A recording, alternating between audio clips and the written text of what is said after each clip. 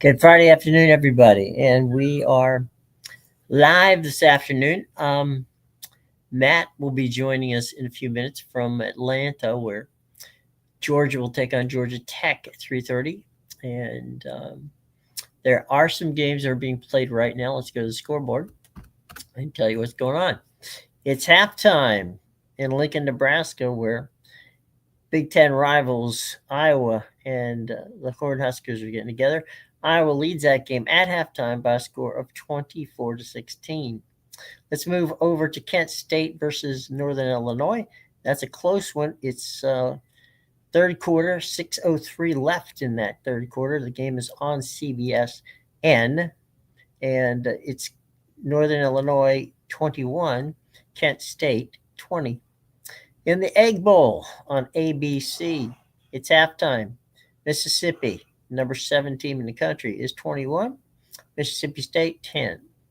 Ohio and Buffalo, big game in the MAC. That's on ESPNU. It's third quarter. It's 12:31 in that quarter. Buffalo has the ball, but they're trailing 21-13.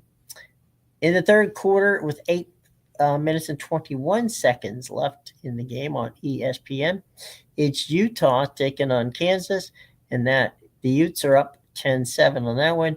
And getting started not too far down the road is Air Force and Colorado State. Okay, so there we go on that.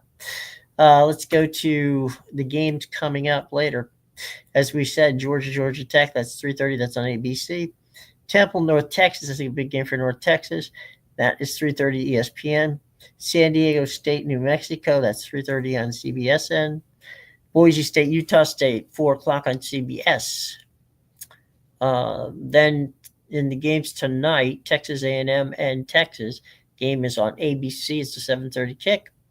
Indiana, Purdue, 7:30 on NBC. And Fox kicks off the night at 9 o'clock with Tim Brando and Devin Gardner as Arizona and Arizona State face off against each other in Tempe, Arizona. So that's where we are with that. Coaching information. Florida is out on the Lane Kiffin train. That they've made the announcement that they are pursuing other candidates, leaving basically Ole Miss and LSU as the 2 key landing spots for Lane Kiffin.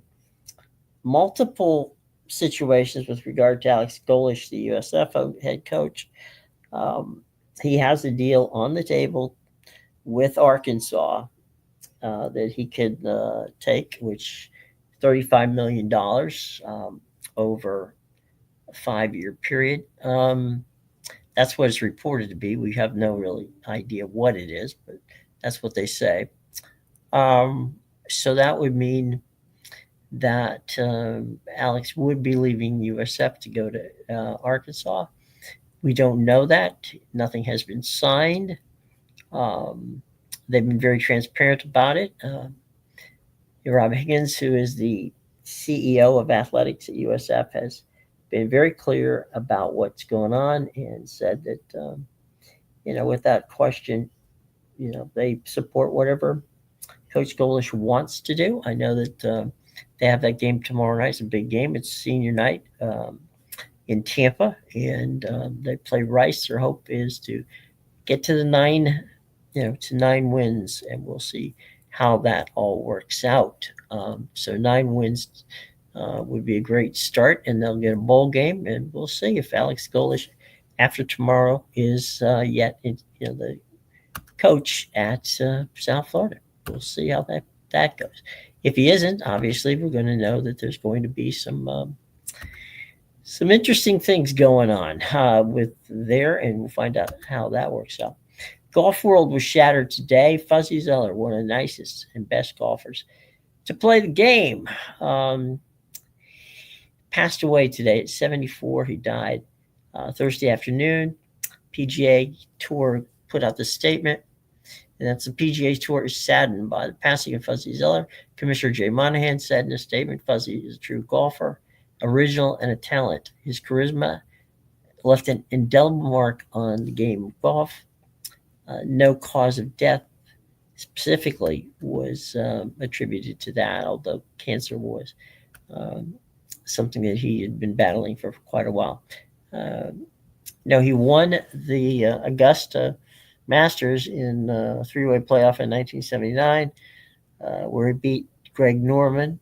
Um, he also won the U.S. Open in 1984, and truly one of the most beloved golfers of our time. So, thoughts and prayers to the family of Fuzzy Zeller, passing away of cancer at the age of 74. Let's check a little bit out here on the sports side while we wait to see what's going on. Iran is boycotting the World Cup, drawing sites and visa restrictions as the reason why. The Chiefs, Lions, and Ravens yesterday all took a bad bump as they clearly um, got knocked off the train. Chiefs losing to Dallas, Lions losing, and the Ravens losing to Cincinnati. So, not good. Quarterback Aaron Rodgers has been cleared to return against Buffalo for that game, as well as it should be noted that we've also had Baker Mayfield cleared to play. And here's Matt. There we go. Hey Matt, how you doing? Doing good. Doing good. So, what's going on in Atlanta? Oh well, we're about an hour and a half away from kickoff here with the clean old fashioned hate. I can tell you walking into the stadium that we've probably got a 70-30 split generously of Georgia to Georgia Tech fans. I'm But assuming that's Georgia 70 and Tech 36. Yeah, there we see the scoreboard and everything. I so assume that means that there's 70% Georgia, 30% Georgia Tech. it's looking there's been a lot of red and black throughout the concourses and into the walk to into the stadium. It's been mostly red and black. Hmm. So this is this is one of the more highly anticipated clean old fashioned hates that I can remember in a while. Even though Now, both teams don't really control their own fate in terms of making it to their conference title games. right now, we both in texting today noted that Florida's out on Kiffin, Mm-hmm. which Yeah, leaves Ohio, which leaves Ole Miss and LSU in the yeah, mix. and Jim, I think we both have been pretty steadfast in our prediction that we think Lane will stay, or at least we believe that's the best opportunity for him. Right. Um, and honestly, the more that this goes on, and the more teams that get left out, like Florida getting disqualified from the sweepstakes, it makes me Hmm. believe this is setting up for Ole Miss fans to get good news tomorrow. Yeah, that would be good. I know that the people I talked to in Florida said that they were just tired of it. The Yeah, drama was too much, and they wanted to move on because if Lane didn't go, then they'd be stuck. yeah, yeah. No, it's in Florida. Florida for a while there had felt like there was still a lot of optimism from people in Hmm. terms of really their outside belief. But I think as the days have gone on, the internal belief at Florida had dwindled, and that just hadn't really worked its way out to the more common fan base and talking points that you would see online. Absolutely. Um, it's look, whatever Lane does, Lane will do. He always does. But it's I just keep seeing Ole Miss here. I just don't think the right now is not necessarily the time you want to be coaching LSU. Yeah, we made note of just how bad LSU had handled the firing of Brian Kelly and that Hmm. situation as a whole. That you would think that would push or dissuade Lane from going there. Talked about Governor Jeff Landry's comments about Jimmy Sexton. You would think that that might have a negative impact. But we talked about it earlier in the week. If LSU does land Lane Kiffin, Mm-hmm. what a signal that is to the brand power of LSU and what they're going to be able to do there if Lane Kiffin were to choose them. Yeah, it's going to be interesting. You know, there the money on the table supposedly, and this is why Jimmy Sexton pumps this thing up. Whether it's Ole Miss or whether it's LSU, the money's going to be around 12 million a year, which would make him one of the highest paid coaches, not just in college but in the pros as well. Yeah, no, I mean it's unprecedented money. I'm not sure would that would that be the highest paid head coach? I know Kirby Smart's up there, and he's got a contract that allows them to match whatever number is handed out in terms of high dollar amount. No, I just said it was one of them. It's not the. Yeah, yeah, So, yeah. It is. It and is this one is of. for a It guy is who's one never of. won a championship. Yeah, it's an interesting case because Lane Kiffin during his time at Ole Miss, these last 2 years have been very good, but they've not been without their faults Mm-hmm. under his tenure. His high school recruiting hasn't been fantastic during his time at Ole Miss. Maybe you can point that to the recruiting ground that is Mississippi, or you can maybe point that more towards their focus in the transfer portal. But now he's hit their stride at Ole Miss, and he's built something at Ole Miss that seems a little more sustainable than maybe it was when he first enjoyed his success at Ole Miss. Yeah, and it's not like he didn't recruit in the South other places. Yeah, yeah, no. It's in proximity to Louisiana, and if you're a guy in Lane Kiffin who turned down LSU, and LSU may be left scrambling looking for their next option. If it does continue to be a mess down there in Baton Rouge, Louisiana is a fantastic recruiting ground that he could tap into very easily in the neighboring state of Mississippi. Yeah, I mean, there's a lot under normal circumstances. There'd be a lot to like about the LSU. Yeah, Uh, absolutely. so let's move on to Alex Golesh at USF. Um, the reports are he is not yet signed with Arkansas, and there's other reports that Arkansas are talking to other people. I guess in the situation of if he decides Alex doesn't want to be coach at Arkansas, but does want to move on. Yeah, There might be an opening at Ole Miss. There might be an opening at Auburn. There might be a low opening in a lot of places. yeah. I do like the fact that Alex Golesh has not taken that job. I thought it was interesting when they decided to move because Alex is a guy that could greatly benefit from Lane Kiffin's decision because that's Mm-hmm. really the domino that we're waiting on to fall. The entire coaching pool. I know Eric Morris took the job at Oklahoma State. He was a guy that wasn't really going to be involved in a lot of these head coaching searches other than Arkansas. And so once Lane decides, then everything else is going to start moving. Now, it does help with the timing of the move because it will be at the season's end. So you get a clear picture of where everybody's going to be here in the next 48 hours. Right. The other thing is I mean, if I, what little I know from Golish is that he basically, I think he wants to coach that game against Rice tomorrow night, and if he's going to leave after his final game of the season. Yeah, which feels like the right thing to do based on what Alex has done there at USF.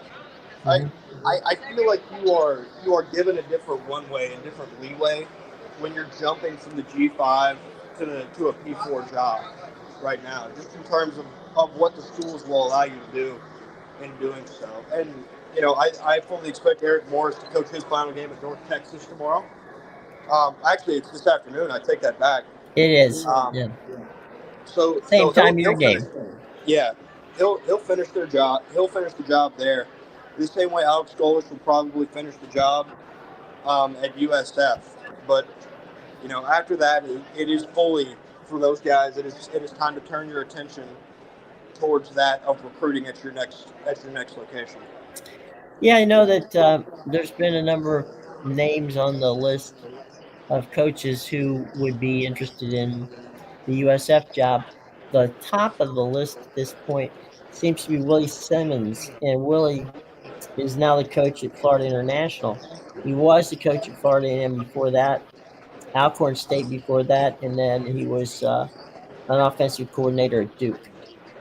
Yeah, I will say it's a curious case. There's a lot of people at South Florida that seem very upset with the way that things are going with Alex Golesh.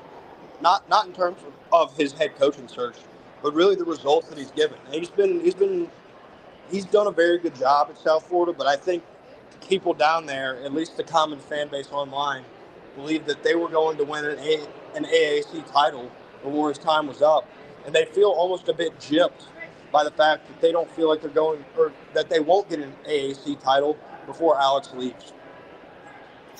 Well, I mean, look, he took a program that had won 3 games in 3 years, Yeah, and he took them to 3 straight bowl games. So I don't know that they could bitch too much about it. yeah. Alex did a fantastic job. I understand why people may see it as feeling a bit jaded by the situation as a whole. But Alex has done a really good job at USF, and not only has he done a good job at USF, but I think he's built that place into something that's going to be a significantly better job for the next guy that comes after him. Yeah, I think that you got to look at a couple of things. One, you know, Michael Kelly came in. Michael Kelly hired him and got the program back on steady ground. Then Mm-hmm. he left, and they brought in Rod Higgins, and Higgins is, just like Michael, a very forward-thinking, very solid um, CEO of athletics, as they now call him. And I think that's why he is. And they've been very transparent about this whole thing. Alex has said, "Yes, I've spoken to Arkansas, but I haven't made up my mind." Um, Yeah, Higgins has said, "We step back. We'll honor whatever he wants. If he wants to leave, he can leave. If he wants to stay, we'd love to have him." So everybody's saying all the right things. yeah, So I think that's really, to me. And then Willie Simmons, he's kind of like one of these guys who you don't know, but everybody does. yeah, Everybody. Willie's hooked into um, every one of the major high schools in the state. He does. It's tough to recruit to an HBC school, um, yeah, but that doesn't mean that coaches and players don't know him and respect him. yeah, So you could plug him in. He's got that same kind of up tempo offense that Alex ran, yeah. and with the benefit of being with the resources they have at USF, that's a job Willie Simmons could keep for 10 years. It absolutely is. I mean, listen, when you're taking one of these top G5 jobs, it's a place that you can turn into a home if you really like the place and you really want to stay. Because Hmm. USF is a place where they're gonna be content winning 10 games and an AAC title with occasional college football playoff berths sprinkled in there, assuming that the G5 keeps the representation. So so USF is definitely a place that it's a winner right now. And if you plug him in and he's able to maintain those relationships and that recruiting in the way that Alex Golesh has done, then it's a place that you can very comfortably spend a career at. Yeah, and some of these guys, that's what they want. Yeah, not everybody's looking for the next big thing. Like a Lane Kiffin potentially is. We understand that also that we got um, I was just checking that Jed Fish has suddenly kind of bubbled to the top of the Florida list, which didn't surprise us.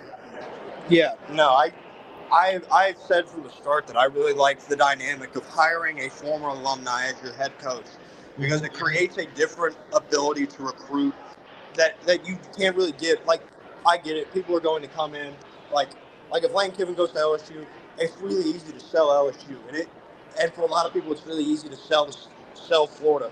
But Hmm. there's a different aspect that comes into it when you're dealing with somebody who attended the university and has a different level of care for that place. Yep. And we're talking about Willie Simmons. Willie, many of you may remember Willie was a quarterback at Clemson. Mm-hmm. So he's got the ties, he's got the people, he knows what's going on. Um, Yeah.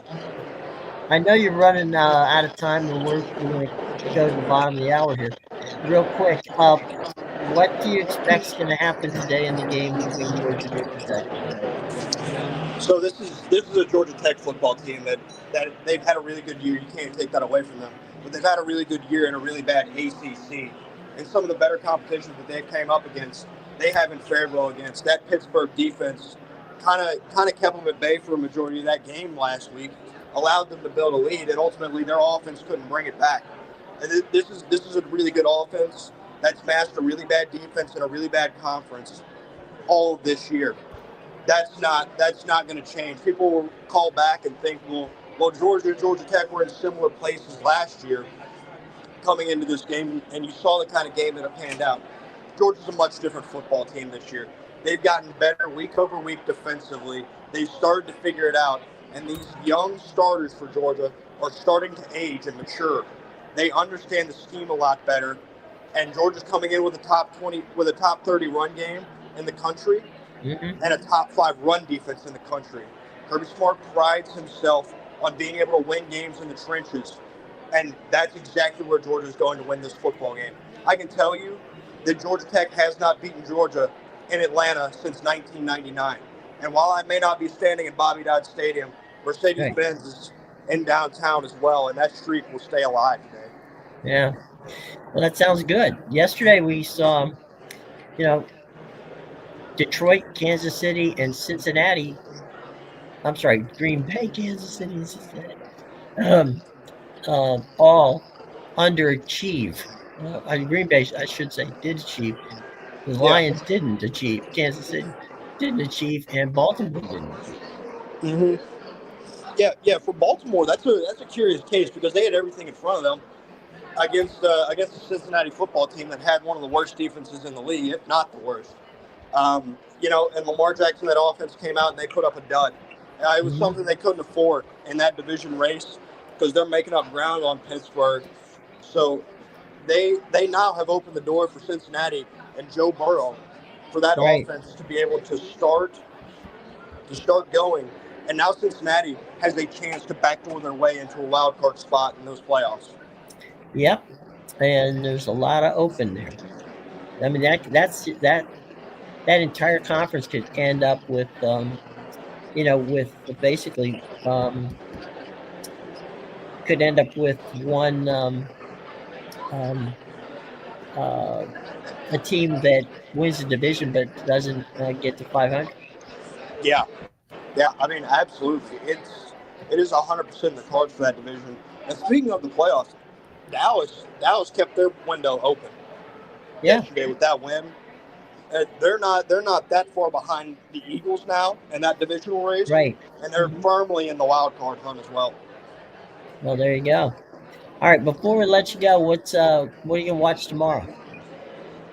Tomorrow it's gonna be hard to not tune into the Iron Bowl.